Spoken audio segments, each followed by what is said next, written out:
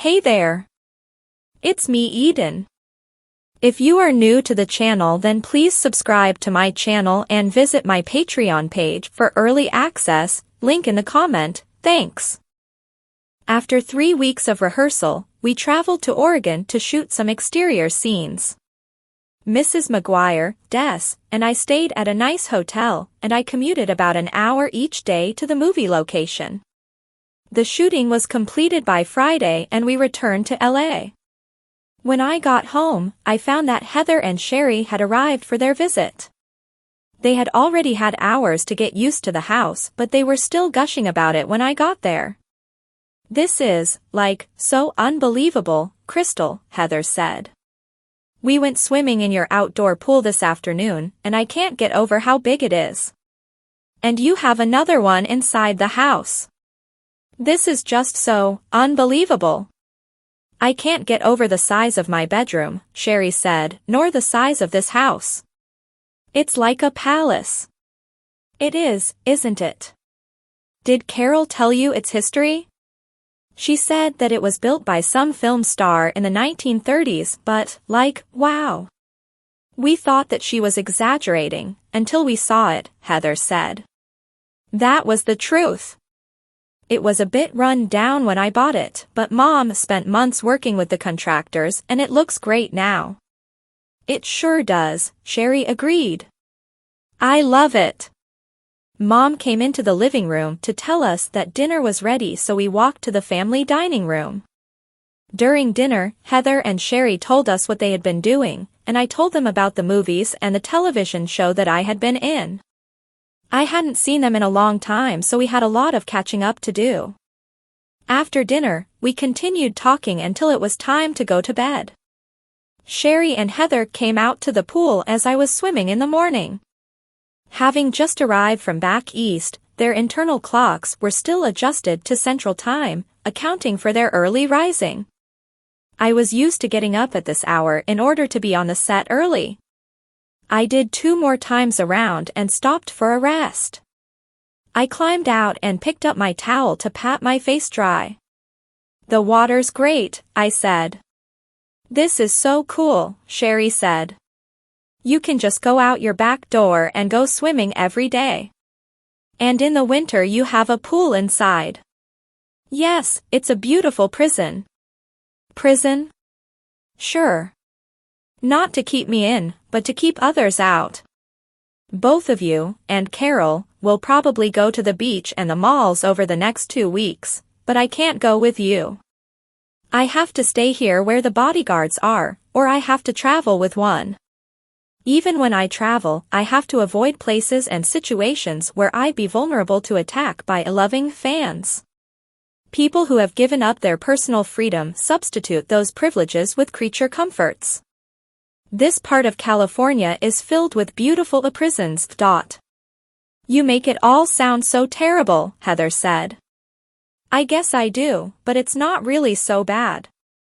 Sometimes, I just wish I could go out and be a nobody again, if only for a short time, like the Prince and the Pauper. I'd switch places with you in a heartbeat," Sherry said. "Me too," Heather agreed. "You have it all." "Not quite all," I said.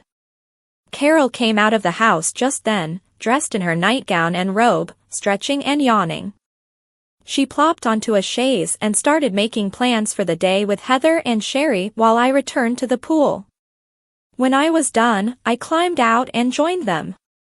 Mom came out of the house a few minutes later to tell us that Mrs. McGuire was making breakfast and that it should be ready in a few minutes.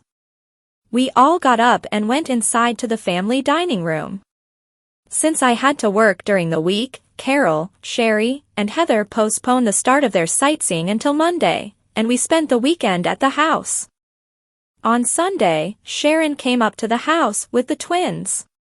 Both Sherry and Heather made a big fuss over them and didn't want to put them down. The twins enjoyed the attention and smiled and giggled for the girls. At lunchtime, Sherry and Heather did the honors and fed the babies. It was a nice break for Sharon. Sharon stayed until after 8 p.m. We helped her load the twins and the baby paraphernalia into her car as it was getting dark. We all waved goodbye as she drove down the driveway and disappeared from view. I left the house a little after 10 o'clock to go down to the condo with Des and Mrs. McGuire. I said goodbye to Carol, Sherry, Heather, and Mom and told them that we'd see them on Friday. We began shooting at the studio on Monday. The early scenes had my co-star, Alan Harrison, and me in many tight embraces. We spent a lot of time doing retakes until we had the early, all-important love scenes done to Mr. Bannister's satisfaction. Alan was a good actor and in his first starring role. We established a good relationship early on, so the hours in close proximity weren't a hardship. At lunchtime I usually went to the cafeteria with Alan, Stuart, or other cast members. Since my only contacts, once the shooting day was over, were with Des and Mrs. McGuire, I made the most of my time during the day.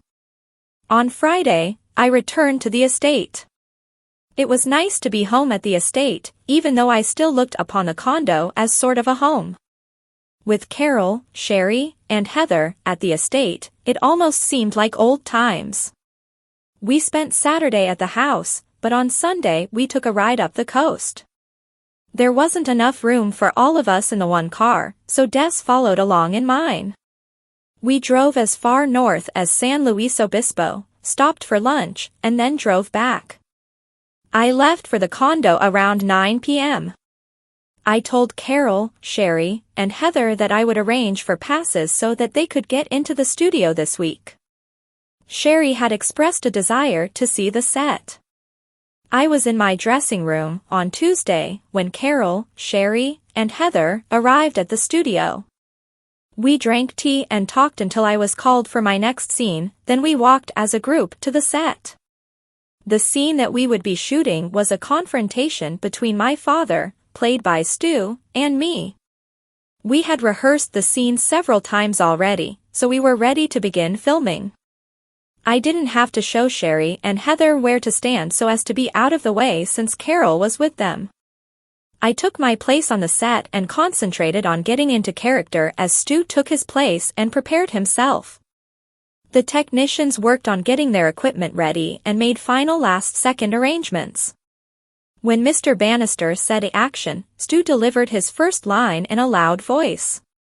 I responded with my lines in an equally loud voice. Stu moved in closer as he raised his voice still higher. I stood my ground and screamed my lines almost into his face. He raised his hand as if to strike me, and I held my ground, silently daring him to do it. He suddenly went limp and dropped his arm, then turned away from me. I let my features soften slowly, unclenching my jaw, and then let my body relax as I turned my back on Stu and took a couple of short steps. We stood like that until Mr. Bannister said, "Cut." Mr. Bannister liked the completed scene, but he wanted us to do it again. He gave us a couple of minutes to prepare ourselves before starting the process of doing another take. When we were done with the wide-angle shots, the equipment was set up to do the close-ups. It took another 2 hours before we were finished with the scene that would only last less than 2 minutes in the movie. Afterwards, I went back to my dressing room with Carol, Sherry, and Heather. Sherry said, "That's it? That's all you're going to do?" "No, we'll be doing another scene in a little while. They have to get set up for it. Until then we just sit and wait." "And this is all you do all day?" "Basically, but I also study my lines, practice my delivery, practice my facial expressions and body movements, and deliver my performance when called to the set. Some scenes are easy and some are miserable. A lot of the shooting down in Mexico fell into the miserable category. And when you have to work in hot and dirty conditions, freezing conditions, or even just wet, windy, and cold conditions, you really feel that you're earning every penny that you're getting paid.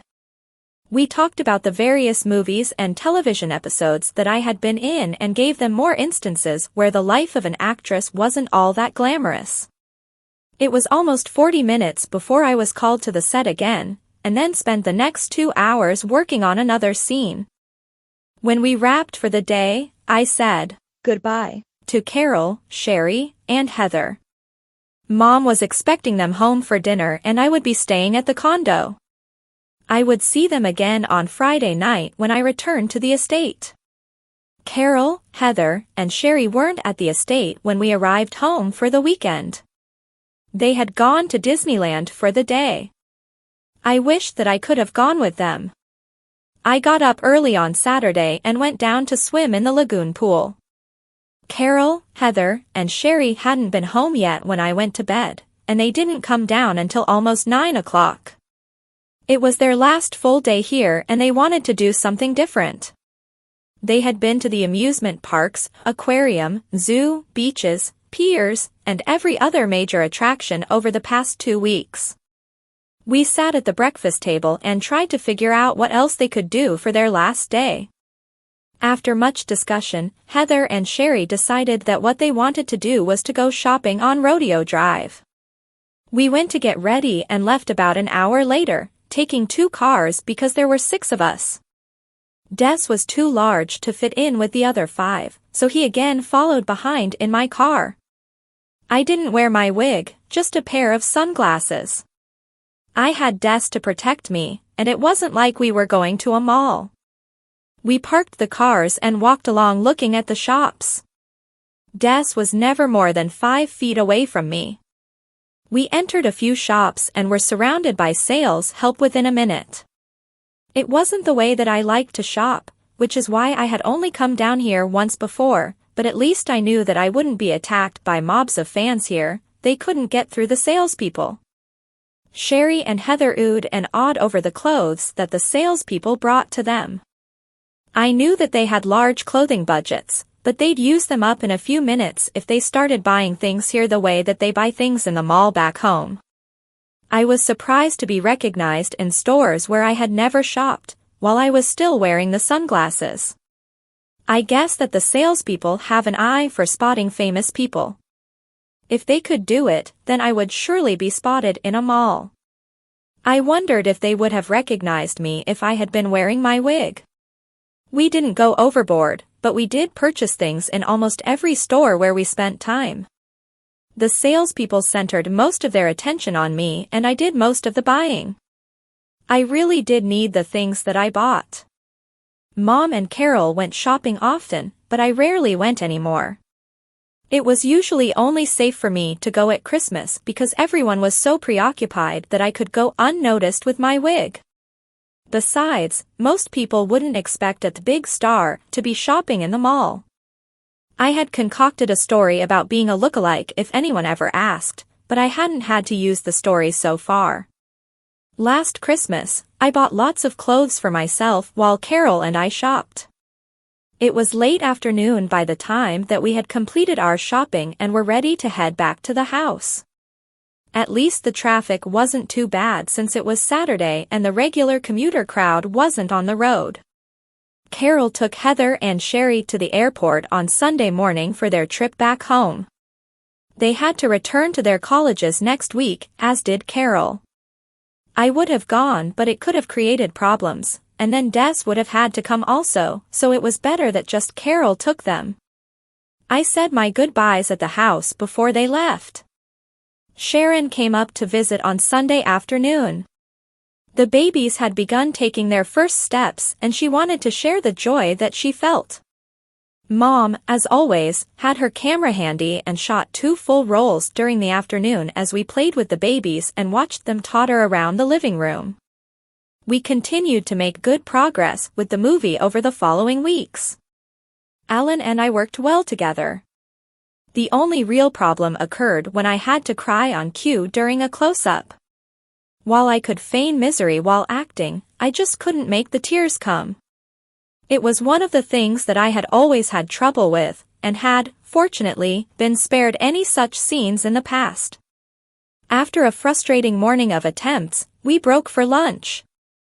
The makeup people had even tried some substance like glycerin to simulate the tears, but in the tight close-up, it just didn't work because it didn't roll down my cheeks like real tears would have. While little girls are permitted to cry openly, little boys are always taught to suppress their tears. Even my 4 years as Crystal hadn't prepared me for this. Rather than going to the cafeteria for lunch, I asked Denise to get me something and I went to my dressing room to work on my problem. Some people can make the tears come as if they were turning on a faucet. I tried and tried to force the tears to come, but couldn't get them to come out. I finally hit upon a method when I thought about the most miserable day that I had ever had. That was the day when I had learned that I had been turned down at CMU. I immersed myself in the memories of that day and I felt the tears running down my cheeks. I had thought that I was completely over the disappointment from the rejection, but I now used it to my advantage. After lunch I told Mr. Bannister that I thought that I could do the close-up now. He got everything set up and I was cued. I started to think about receiving the letter while I was in Maine working on Under the Scarlet Maple. It was difficult to concentrate on both my lines and the memory of the rejection letter, but I managed to do it somehow and we got a good take. Mr. Bannister wanted another take, but I didn't think that I could do it again. I told him that I had put everything that I had into that one take and that if he wanted another, we'd have to do it another time. He asked if I could do it if I had a break, and I said that I might, so he called a 15-minute break. I tried to compose myself as makeup repaired the damage that the tears had done. 15 minutes later we tried another take. Again I was able to make the tears flow after being cued as I thought about the day that I had cried my eyes out. When Mr. Bannister yelled, "Cut," he was smiling broadly. "That was wonderful, Princess. One of the two will do us for sure. Do you need another break to compose yourself for the next angle?" The next angle wouldn't see my face, as the camera would be seeing Alan from a shot over my shoulder, so I wouldn't have to make any tears. Yes. 10 minutes should be enough. Okay, Princess. You come back when you're ready. We'll get things set up. I didn't leave the set, preferring to sit in my chair as the makeup person touched up my face. When I was ready I told Mr. Bannister and we went on with the shooting. Please subscribe for the next part and visit my Patreon page for early access. Link in the comment, thanks.